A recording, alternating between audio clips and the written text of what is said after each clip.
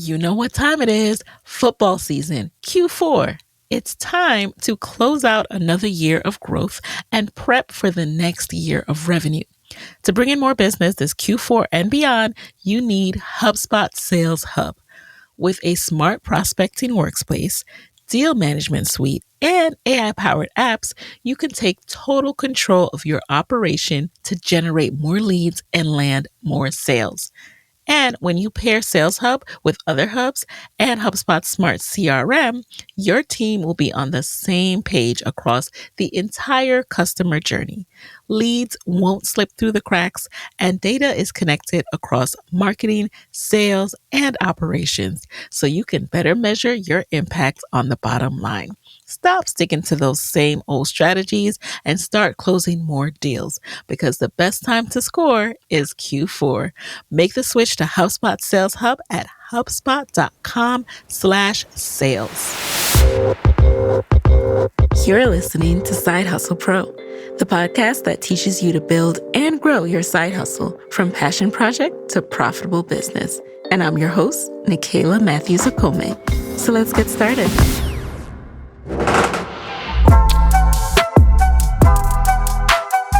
Hey guys, hey, welcome back to another episode of Side Hustle Pro.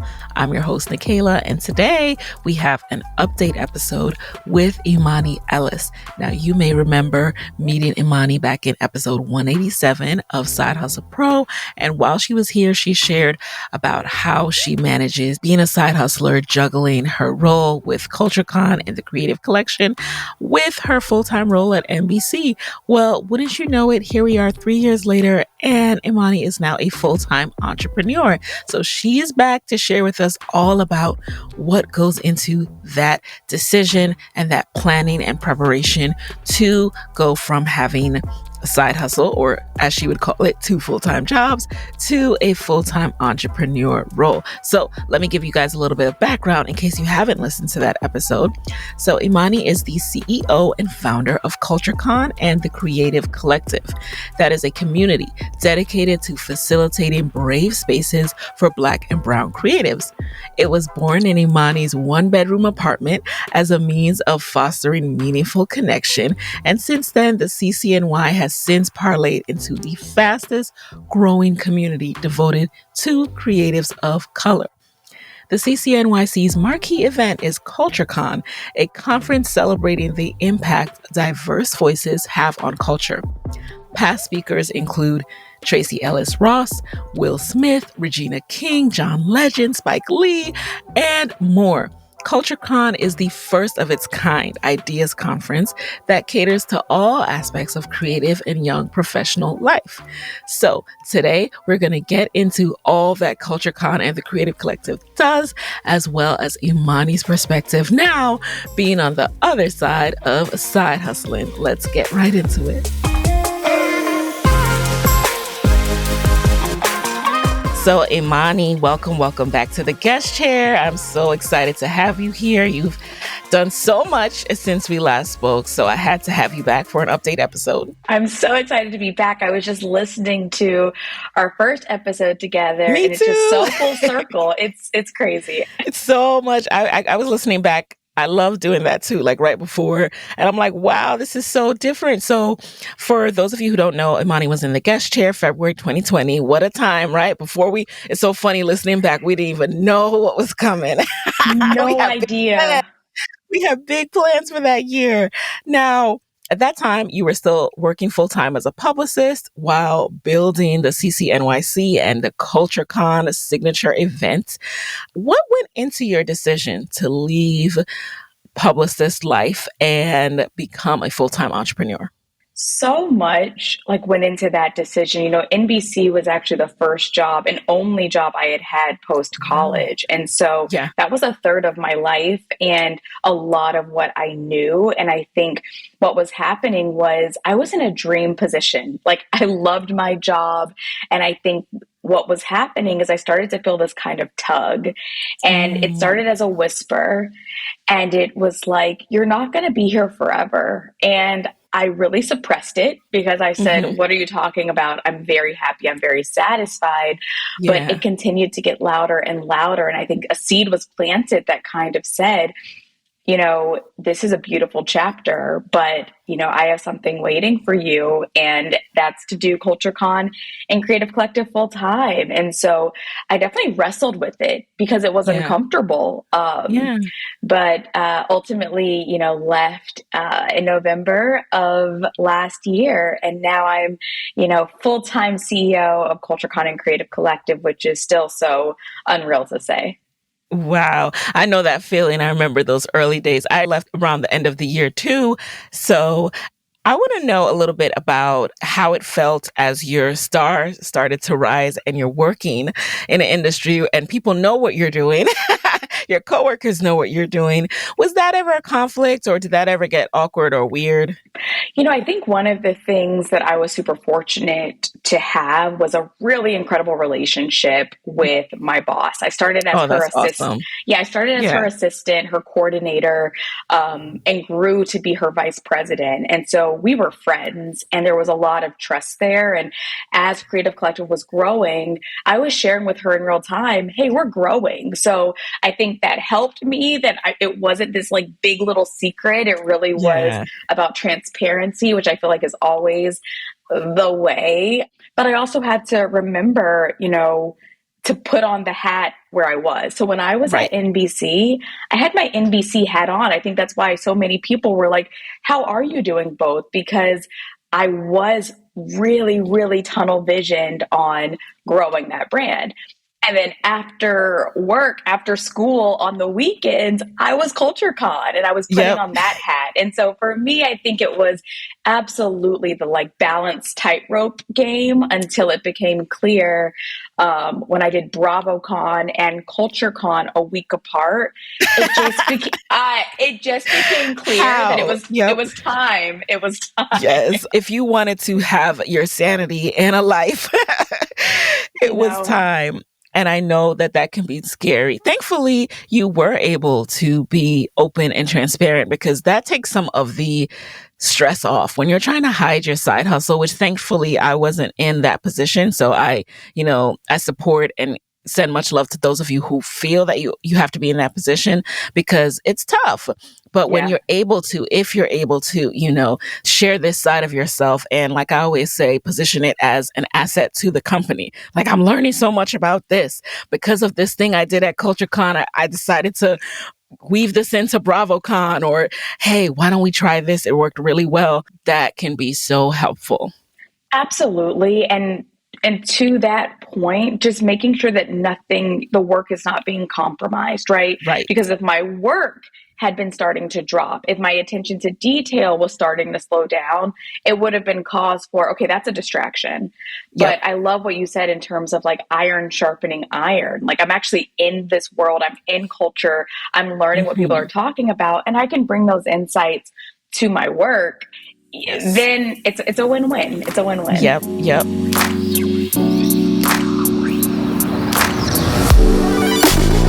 How did you prepare for it? How did you prepare to leave your job and become a full-time entrepreneur? Gosh, there's so many things. I think first, you really, my dad is like first things first, which is like, are you covered financially Yes. to Yes. leave your job, right? That's what parents are for, right? To make sure that we're keeping our head on straight. And once you've answered that question, then I think it becomes more of a matter of the heart and less of a matter of the mind. Because if financially you're covered and you've planned ahead and you've saved, check. I think next Right. it's like the uncoupling. And so for me, Mm. that took the longest amount of time because I was emotionally attached to this part of my life. And, I was talking to Yes. one of my good friends who said, we mourn and we grieve relationships, but you also need to mourn and grieve chapters of your life. Oh, yes. And I don't think I had really thought about it that way and how hard it would be to mentally reconcile that I wouldn't be going into a place that I had gone into for a third of my life. And Yep. so that was the longest chapter was like going through the exercise of what it would feel like to wake up and not be like looking at Google alerts. I couldn't imagine it. I was like, who am I? And so after that, it just came, setting a date. Right. And I wanted to be considerate with my date, and I wanted to, make sure that I didn't leave anyone in a pickle. But by the end of like my deciding and grieving period, I had decided. Like I had just decided. I had weighed my pros and my cons. I was set. And for me, I'm someone that like I take a long time in the what are my options phase. It's annoying. I take a long time. I ruminate. I like how you describe that as your what are my option phase, not like my indecision phase, but it's important to frame it more positively too, because you do need to know your options. You do need to have a plan. You want to have a plan because then you can stand in your conviction with the decision. Yes. And when people try to challenge it or you go through the fire, you're not having to be like, wait, did I think about that? So usually once I've gotten to a decision, I've ruminated on it so long that like the fire, I'm like, oh no, I've decided. Like, thank you but I've decided. So that's where I got. And, I ended up having a conversation, and it was welcomed with so much love and so much grace. And Andy, my buddy, was just sitting me off with love. And I got to be on Watch What Happens Live. I saw you there. Yeah, so it just was beautiful. Look at Imani. It was a beautiful, like, I feel like that's how it should feel, is so bittersweet. Like you're crying and you're sad because you're going to miss it. And yet you know that like this is the beginning of something really special. Right. It's literally like life, and as a mom, I can say it just reminded me of something I'm going through now, like the next transition in our son's life. You kind of are a little sad, like, oh, my little baby's growing up. But at the same time, it's beautiful and it's what needs to happen next. Like you can't crawl forever. You can't, be in diapers forever. So similarly, you can't stay at one company forever. I mean, you could, but... Yeah, I mean that was my plan. I was like, I'm staying here forever. But it's kind of nice to experience something else, especially when I feel that life and God are showing you signs that, hey, this is really something that you've been given a gift. This is something I've gifted you with the skills and the talent and just the innate wisdom to do. Like I was telling you before the show started, there are just some people you see and you're like, she's a star. That's a star. And you have that, I see you and I immediately am just like, you're a star and you need to go out there and shine. I love that you touched on the uncoupling, right? So a lot of us who inadvertently make our job, our personality, our worth, taking that away is something you have to be comfortable with in order to be an entrepreneur. People are not going to get what you do. It's not going to be as impressive, immediately for those people who don't know of your company. So saying, I work for NBC Universal, I know Andy Cohen, is different than saying, hey, I started this company. I'm on, like you get a different look in the eye, and you have to uncouple that need for validation and that need for feeling like your worth is based on where you work. Oh, absolutely. And especially when you're living in a big city where it's all one big sentence. My name is Imani. I live on da-da-da and I work at da-da-da-da-da.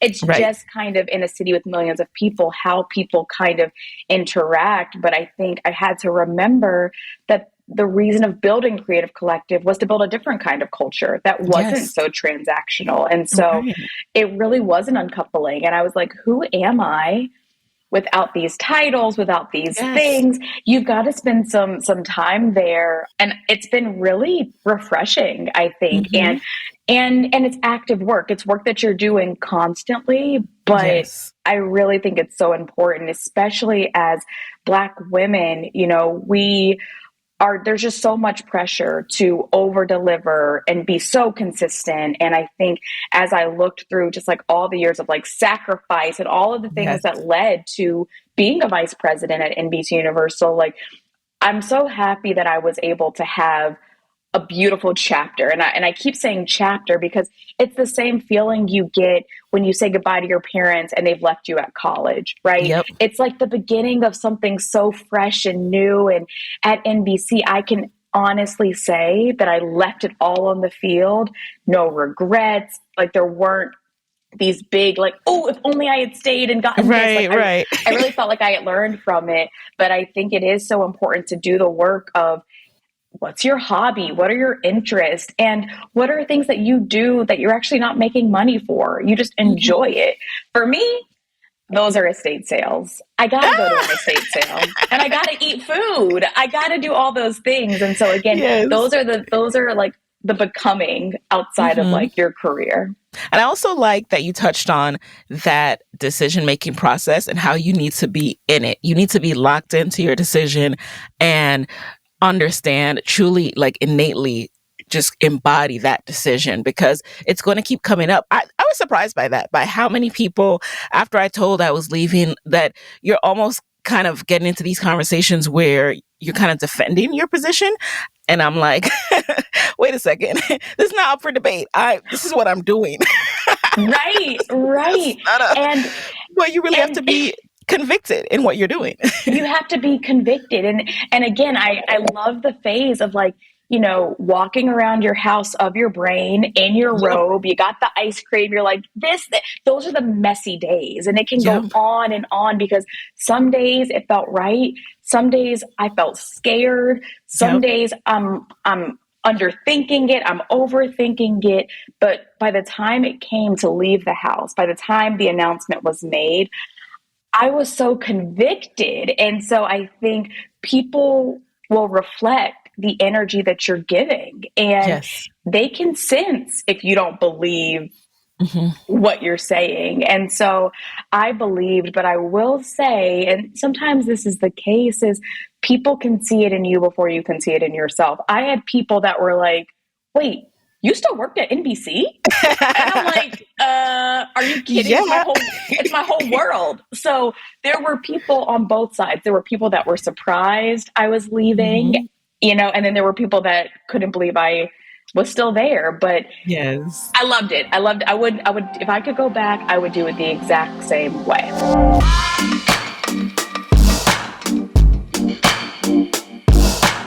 And I love that about you. I love how long you did both, because we talked about this in your first episode, how you give others permission to show up and say, hey, I'm a banker, but I'm also a musician, and showing people that you can fully stand in your multi-passions. You can show up in this whole other space as like this CEO of an entirely other business, but then also show up at work on Monday as vice president at NBC, and just showing people that for as long as you did, it's like, why not me? There's no more excuses for it. It's like, this actually can be done.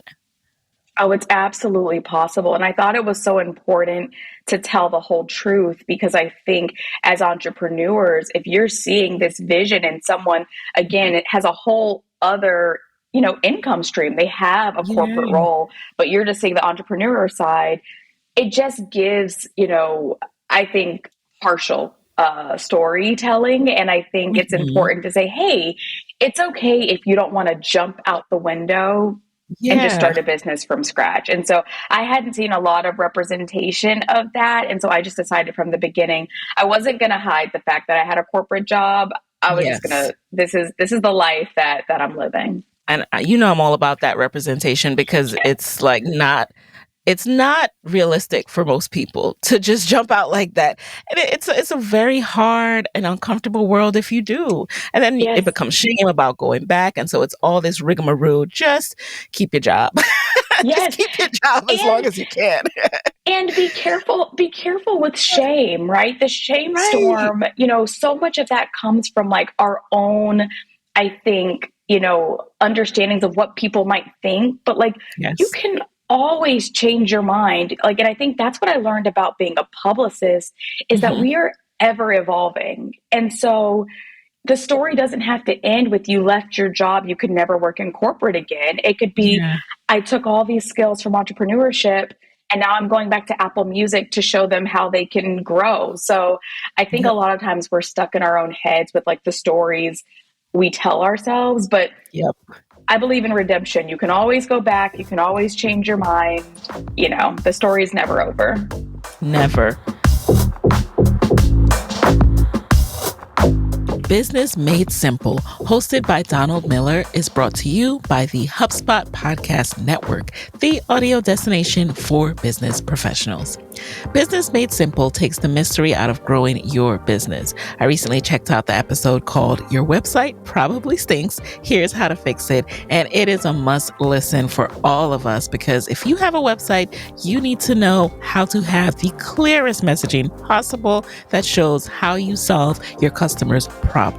Listen to Business Made Simple wherever you get your podcasts. It's a crowded world out there for us entrepreneurs. And one of the best ways to set yourself apart is great customer service. But there's a lot more to it than just being nice. So how do you create an experience that will keep people coming back? There is a recent episode of a great podcast called This is Small Business that talks all about this. You'll learn tips like how to maintain a personalized experience as you scale and how to get customers bought into your brand and business. This is Small Business answers so many of these kinds of questions that all entrepreneurs have. Whether you're dreaming of starting your business, looking to take a part-time side hustle full-time, or maybe you're a few years in and you're just ready to grow. This show covers it all, like how to find your ideal customer, how to know when you're ready to launch your product, and how to price your product, and tons more.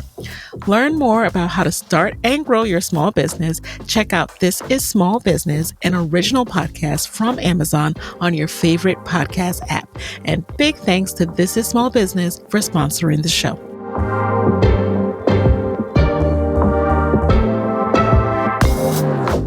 You also touched on the financial security piece, having savings, having things in place so that you can have insurance, and all the things that you were stepping away from. What did that look like for you? Was it like 6 months of backup savings? What was that for you?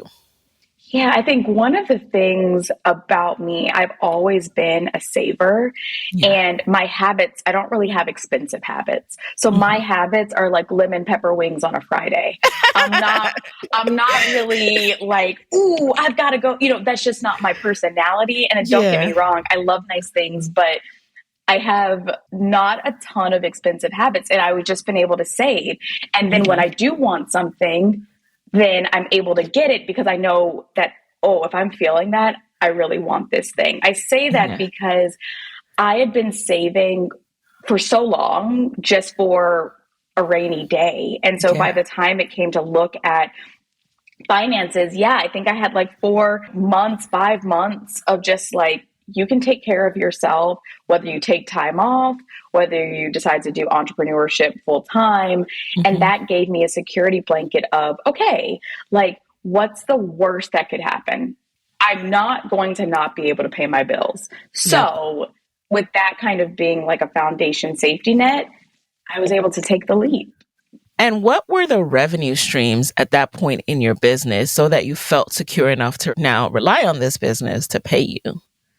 I think one of the great things about what we've seen with what we've built is that we were only scratching the surface. And so I think I've been partly surprised with how quickly it's grown. Yeah. But I have to remember that like authenticity and like just like true community will always grow because we're built for community. And so CultureCon was growing really quickly. We went from having one conference with 200 people to a 3-city tour last year in Atlanta, New York, and LA. And we were turning away sponsors. We were running out of inventory. We were selling out. Yeah. Send them to me. Right.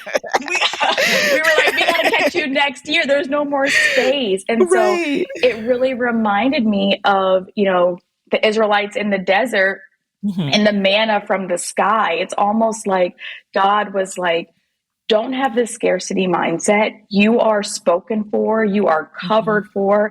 And I went and found that CultureCon was thriving. And so, that's kind of been a blessing. I think my dad always says, go from something to something. So I don't feel like I went from a full-time job, to a part-time job. I feel like I went from 2 full-time jobs to 1 full-time job.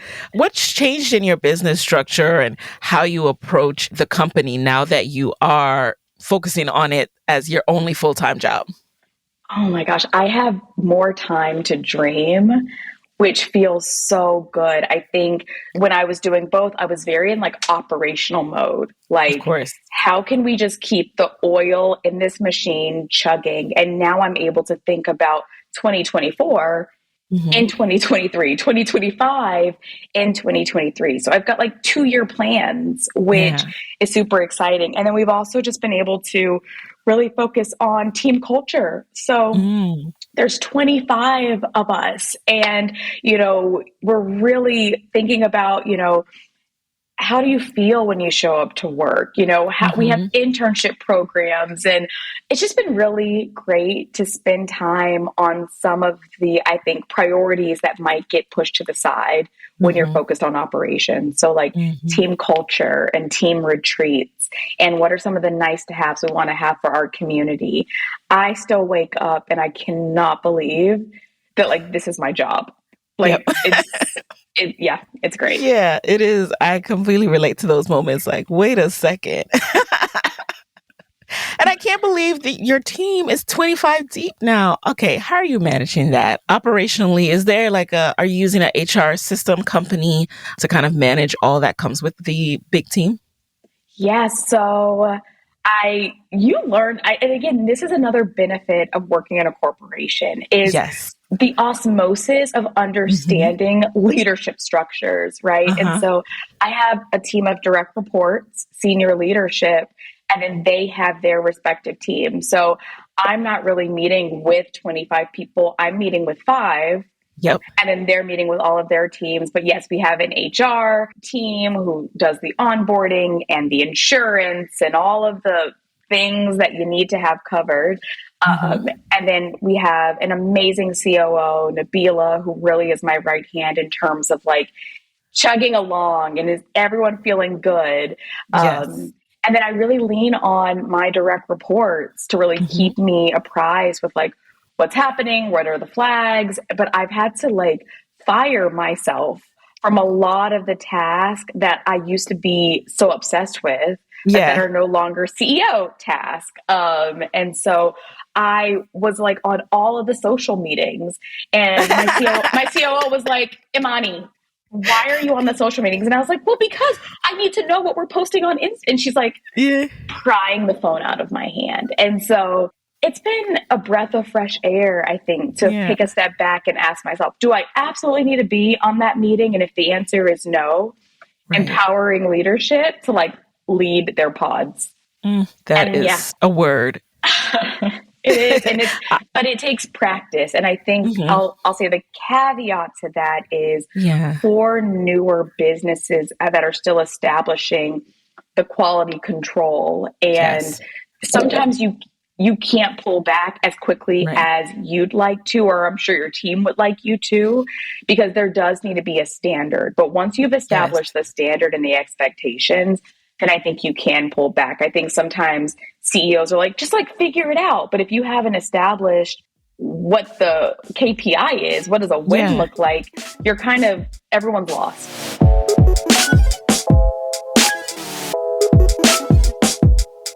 And how did that transition from a group of people in your bedroom to these amazing events to CultureCon to going from freelancers to actual employees? How did that come about? How did you, as a younger person who is still working and figuring life out, figure out how to actually have a salaried employee with insurance and an HR onboarding system? Yeah, it really, really starts with like baby steps. And Yeah. so I think I love the metaphor of like dating, right? Okay. Because I think it's a win-win for everyone. What I mean Yeah. by that is, to your point, we did start off with volunteers, but Hmm. through every journey, we had very clear expectations so that people could Yes. agree. Because I think sometimes that's the rough foundation. A founder, in their mind, so passionate, loves it so much, is expecting that to just like translate to everyone, but everyone has Yeah. a different understanding of what success looks like. So Hmm. even with the volunteers, it was like, okay, our expectation is about 8 hours of volunteer work a week.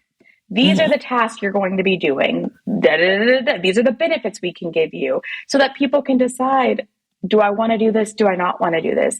Then we graduated to contractors. So here is the budget that we can provide. Here are the deliverables of what we expect.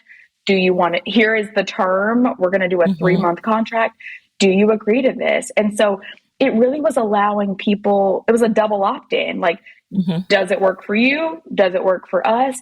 And then it got to the point where CultureCon was growing so quickly that contractor commitment, we needed more. We needed more of their time. And so we were able to start having employees. And I remember when, I was like, I think we're ready to hire our first employee, and all of this was very, very recent because I think it was a mind shift for me. I was still like, we're in the living room. Yeah. And it really took a lot of my mentors saying, no, you're running a business, for me to really understand that this was something that was formalizing and that was growing. But it's a lot of trial and error, which is why you do want to bring in, maybe it is an HR consultant before you're really bringing them in-house so that you don't need to do every piece of it. You want to make sure that you're compliant and you're paying the IRS and you're doing it all the right way.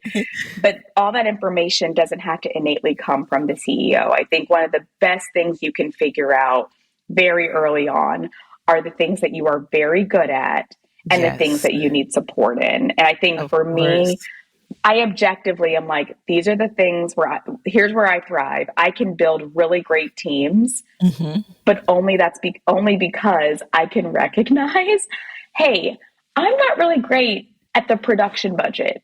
Yeah. So I'm going to bring someone in who can build that out for me. Yes. And as you were growing, are there other people who were side hustlers who then became full-time employees of CultureCon and the Creative Collective? Oh my gosh, we were all side hustlers. It was a side hustle.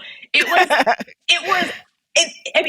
think that's why it's such a special thing, because it was supposed to stay a side hustle. I mean, this really was going to be a potluck for me and my friends to enjoy each other's company and to network. But absolutely, there's been a group of us, my dearest friends, who I was like, hey, do you want to do this thing? And when I'm sure, they would chuckle about it, because when I went to them, it was very much like the volunteer framework. Like, it's not, we don't make any money and we're just doing it for the people. It was just very like, do you want to do this thing? And now a lot of those individuals are full-time employees. And sometimes we just look at each other like, blink, blink, blink. But it's been the honor of a lifetime, I think, to see the same individuals from my living room now in the boardroom and us just continuing to scale.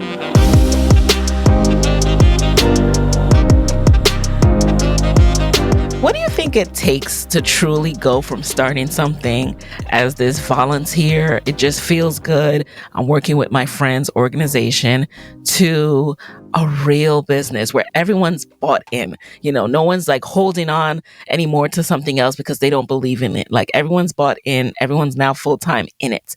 What does it take for that transition to happen? I think it takes 3 things. I think it takes a large vision that has to be seen by the leader so that there can be a buy-in. But that vision has to be paired with actual results and execution. Because if I was just telling people, oh, I know we can do this thing, I promise, and no one came to CultureCon and we never ever grew, it's like delusion at that point, right? So you need a vision. You also need execution.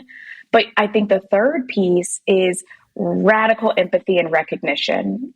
And so along the way, people need to understand that their ideas and their needs, and that is just as important to driving the company as anyone else's ideas, that we're a collective and that we move together as one. And so, I think I'm careful with using the word family, because I think sometimes that gets thrown around too much, but we know that.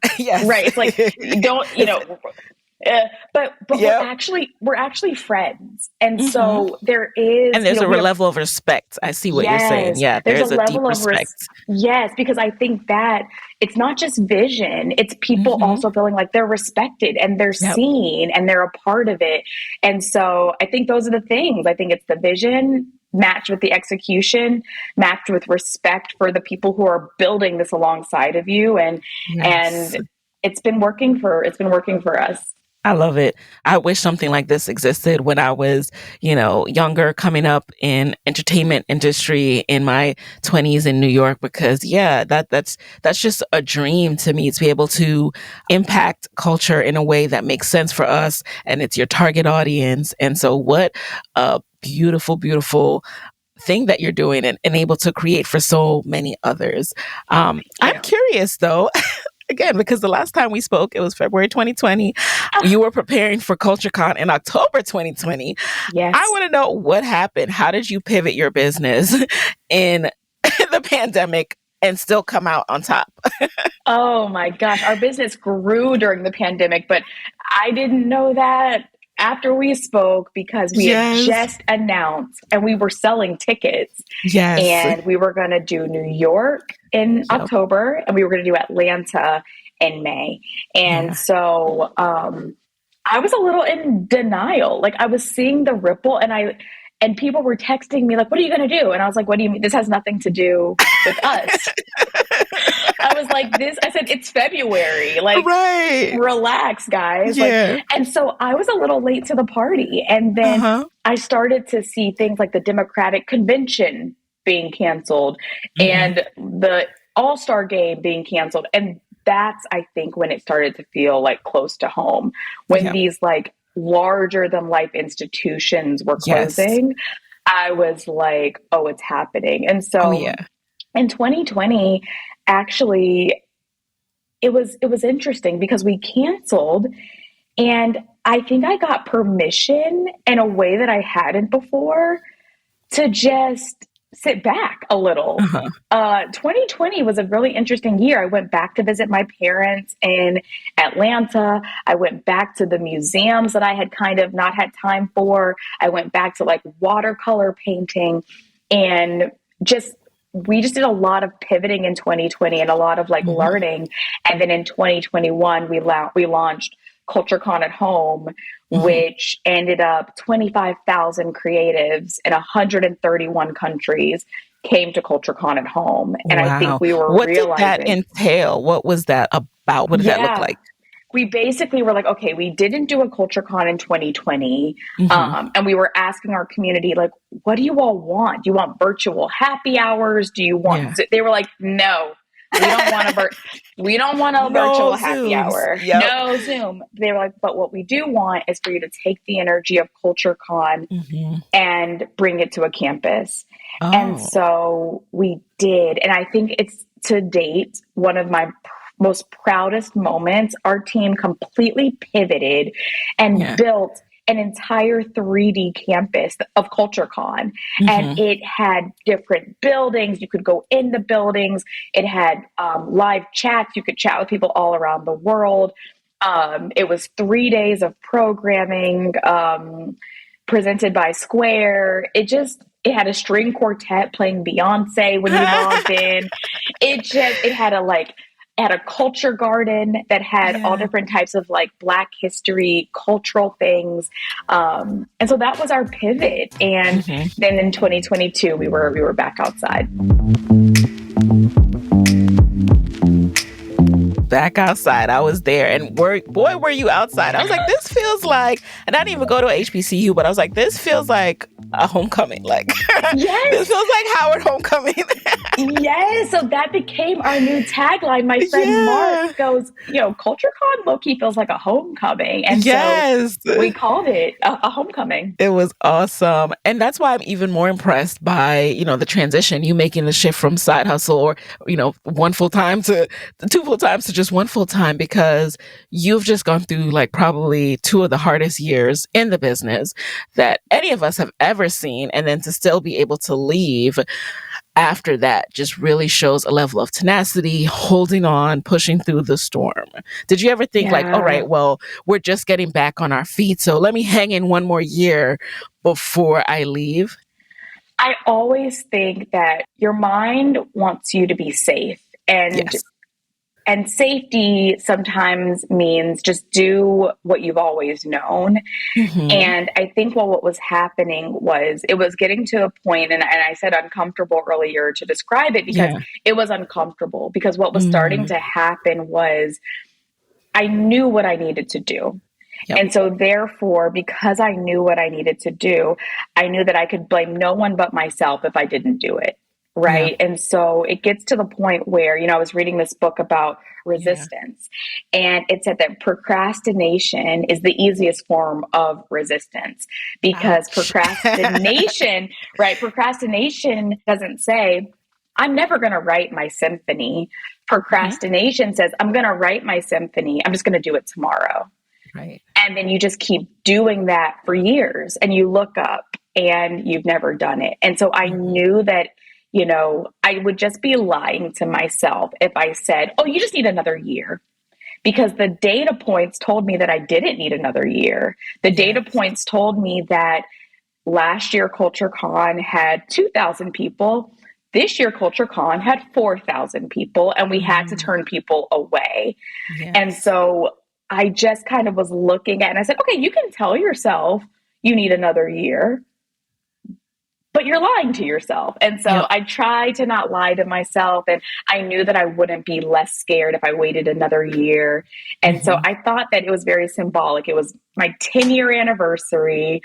CultureCon Nice. had never been bigger. And I think it just felt in my heart, it's time. It's time. 10-year anniversary of being with CultureCon or at work? At NBC. At At NBC. NBC. Okay. So yeah, so I had come in 2012. It was Wow. 2022, Yep. and I was like, okay, Yes. Yes. it's Shout out time. to you for being at a company that long. They say we can't do it. They say people our age don't do it. They said we But can't there do are it. still some of us who and still side hustled. So snap, snap to you. I love it. And now all of this, I have to admit, sounds really expensive to me, Imani. It's so funny. We talked about this the last time too. I just dipped like one pinky toenail in the events-based business. And I'm like, man, this is really hard because you truly have to manage what you're spending and what the profit will be, right? You really have to make sure in your excitement that you don't start, oh, and we could do this and we could do that. And then at the end of the day, like, you end up breaking even. So Yeah. for you, how do you go about managing that? Like, I know you have amazing sponsors and brand partners, but of course you still have to balance like all that you're doing and making sure you're paying yourself and your team. Coming from a PR background, our goal is to really tell stories, and we don't get Mhm. budgets for those stories. So when you're pitching something, Mm. it's really coming from this imagination, this place of like, I can see this as a headline. Can you see it too?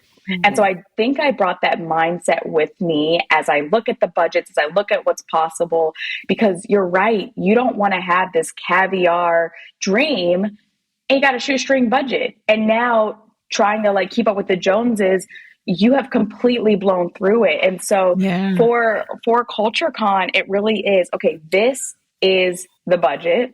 Mhm. This is what's going to be covered. And then everything else, it's really getting scrappy. And so our Mhm. first year of CultureCon, there were no sponsors at all. But I knew Yeah. that if I could just write enough, like, please, sir, emails, at least at least we could get food for free, right? And so Yeah. that was the beginning of CultureCon, was really Mhm. not even understanding what a sponsorship was, but knowing that I didn't want to come out of pocket for things. So for people who Yes. are starting in the events business, I always recommend having a goal of breaking even, because Mhm. you can use that proof of that concept and that proof of case study for Mhm. momentum. But Okay. the first year, it was just like, okay, let's just not lose money. Yep. And then you gain that momentum. But yeah, it's definitely a juggling game because, as you start thinking about employees, I Mhm. mean, there's just all the fine lines and the workers' comp and it's been really, it's almost like an MBA. I'm learning something new every day, but yeah.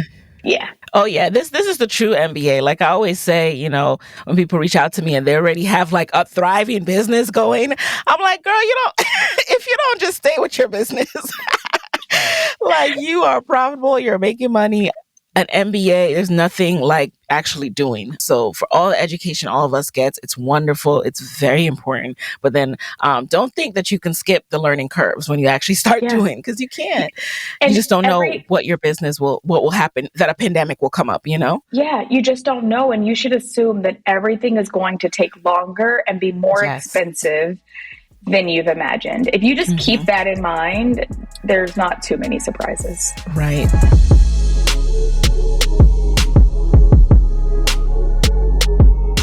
So how do you now, I know you do a lot of, do you call them coffee chats or? Oh, office hours. Office hours, yes. So you do a lot of office hours now and these are events, you guys. These are not like pinging her on the side for like your brain sessions. Right, they're big sessions. I love them. How do you advise folks now who are like, oh, she did it, she quit, like I should quit too? How do you really help them think through that planning aspect of it and really making sure that you do it smart? Yeah, I think the number one thing kind of goes back, to your question about, did you ever think about staying another year? I think the number one rule is to not lie to yourself. What I mean by that is, sometimes there were a lot of ideas I had before CultureCon and before the Creative Collective. Me and my sister joke about it all the time. I wanted to we wanted to have a crown business where we were going to make crowns for people. We wanted to open up a children's museum. Yeah. I say that because every idea is not a business. And so I think before you're thinking about quitting your job, sometimes you just have to objectively look at the data points. Meaning, is there any industry need for what I'm trying to sell? Has there been any indication that people want to purchase or pay for what I'm trying to sell? Can I try to workshop it, to see if I can get a viable product? Yes. And I think you kind of have to test all of these things, because the truth of the matter is you could be super passionate about something, but if you don't have a single customer, you're not a business, not yet. And sometimes I think that can be really hard, especially for creatives and entrepreneurs who are passionate, because I think sometimes, I was talking to my friend Alex Wolf about this, sometimes we can conflate passion with like, well, if I care about it, someone has to care about it. And so if nobody cares about it, you might need to pivot a little bit. So that's my first piece of advice is, have you gotten any indication that someone will spend money for this? And even if it's not money, have you gotten any indication that you can build a community around this? Yes. If the answer is no to both of those things, we might need to experiment or pivot a little bit more. And then the other thing I kind of tell people is, do you really want to start a business, or are you just frustrated at work? Ooh. Because I think sometimes people are like, I can't stand my boss. If I was my own boss, then But again, it's like, wait, be careful, because you're about to go from working 9 to 5 to working 24 hours a day. Are you sure that's the trade-off you want? And so sometimes the answer is, wait, you're right. I don't want to work for myself. I just don't want to work for Sally Mae. And so that's an important distinction. And then the third piece of advice I would say is just like the baby steps, which is when I was building Creative Collective, CultureCon didn't exist yet. And I know that that's kind of hard to imagine, but it really was at first, let me build a community and then let me ask the community what they want. And that's how CultureCon was born. Those are all such excellent points. And what I love about point number one about, is there any evidence that people want this or will pay for this, is because I see so many people who have an expectation that someone will want to pay them and make decisions before they've gotten that payment because they are assuming that someone wants to pay them. You cannot do that. That's where experimentation, that other keyword you said, that's where that comes into play. You have to prove your concept. You have to test it out first. Absolutely. And do it while you're safe. Do it while you Yes. still have income. Like, Yes. if you want to plan dinner parties, you don't have to quit your job to plan a dinner party. You know what I mean? No. And I think there's something so like refreshing about Yep. knowing that every 2 weeks you're getting paid while you're Yes. experimenting with, your passion. So that's Right. just my advice, because money stress is a different kind of stress. Oh, And yeah. why Money would you stress volunteer? stifles creativity and it Yeah. stifles your opportunities to grow as a business owner. So Yeah. you have to take some time, even after you've proven the concept, you have to make sure you take some time to prove that, well, this will stay this way. Like, this is viable. It will continue to remain like this. I can continue Yes. to expect this amount of demand. And if something shifts, I can pivot this way or that way.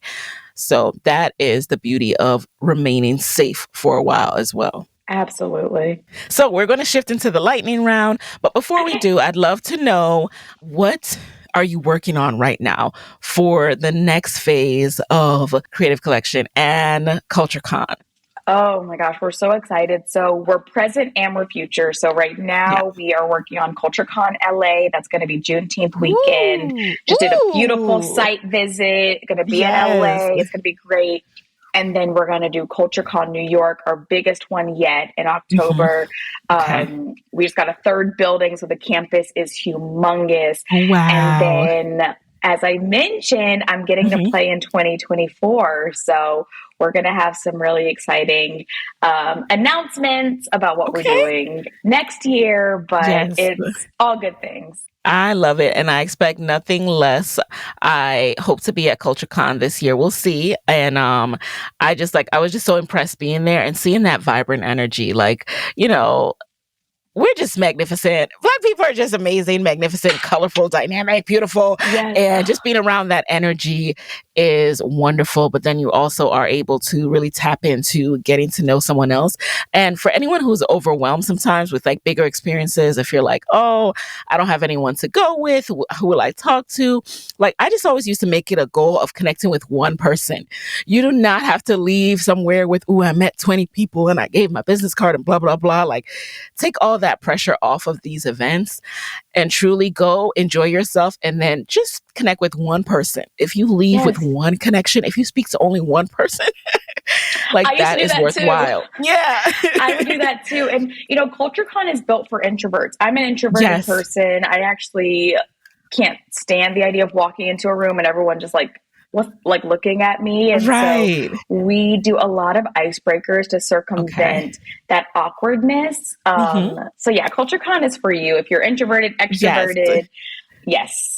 And you'll probably bump into someone you know. Yes, absolutely. Now, let's jump into the lightning round. I'm Okay. interested to see how it has evolved since we last spoke. So, you know the deal. Just answer the very first thing that comes to mind. Are you ready? Ready. All right. So, what is a resource that is helping you in your business right now that you can share with the Side Hustle Pro audience? Ooh, I would say SCORE, the SCORE website and Mm, SCORE Mentors. It's a free yes. mentorship program where you can get matched with mentors and have like speed dating for different Oh, like business operation questions. okay. Number two, who is a Black woman entrepreneur who you would want to switch places with for a day and why? I would absolutely switch places with Aurora James for a day. She's the founder of the 15% Pledge and Brother Vile, her clothing company. And I just think she's an Mhm. example of someone who is ever evolving and doesn't fit inside of a box. And if I could slide in a male entrepreneur, absolutely Donald Glover. He is like my North Ooh, Star for really? creativity. And I just think he's a genius. Ooh, good ones. Okay. Number three, what's a non negotiable part of your day these days? Drinking coffee. I need coffee in the morning. Yes, I need that caffeine. Number four, what's a personal habit about you that has significantly helped with your success in business? I would say, okay, I'm good at I'm very decisive. And so I don't spend a lot of time like going back and forth. Once I've made a decision, I can stand behind it. Yes, I love that one. That one is so important. When you have that, ooh, That's it right there. Okay, number 5. What is your parting advice for fellow Black women side hustlers? Now that you have made the leap from side hustle to full time, what's your advice for those who want to be their own boss, truly want to be their own boss, but are worried about losing a steady paycheck?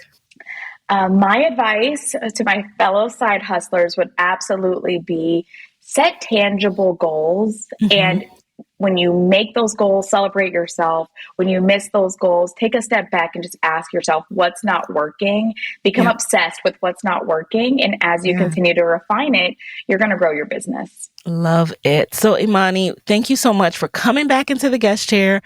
Where can people connect with you now and also with CultureCon and everything else? Absolutely. So you can follow us CultureCon and all the social handles.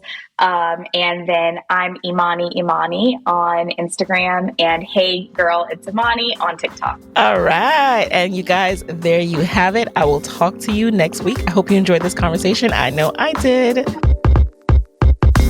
Hey guys, thanks for listening to Side Hustle Pro.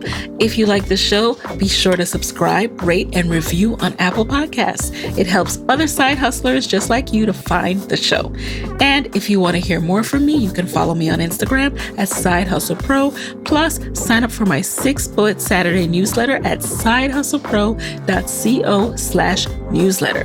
When you sign up, you will receive weekly nuggets from me, including what I'm up to, personal lessons, and my business tip of the week. Again, that's sidehustlepro.co/newsletter to sign up.